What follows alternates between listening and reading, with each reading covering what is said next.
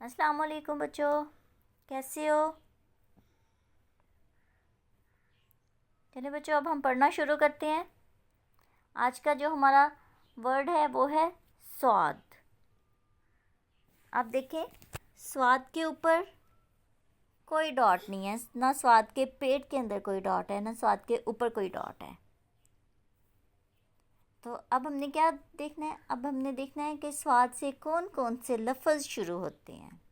सबसे पहले स्वाद से जो लफ्ज़ शुरू होता है वो क्या है? सोफ़ा।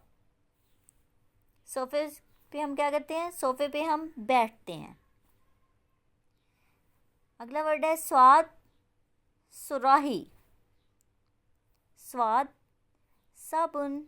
साबुन से हम हैंड वॉश करते हैं, साबुन से हम नहाते हैं। स्वाद, संदूक। संदूक में हम कपड़े रखते हैं। स्वाद, सफ़। सफ़ पे हम बैठते हैं, सफ़ पे हम नमाज पढ़ते हैं।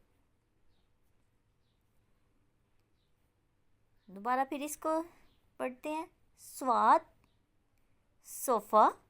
स्वाद, सुराही। स्वाद, साबुन। स्वाद, संदूक। स्वाद, सफ़। तो प्यारे बच्चों, ये थे 5 वर्ड्स जो कि स्वाद से शुरू हो रहे थे।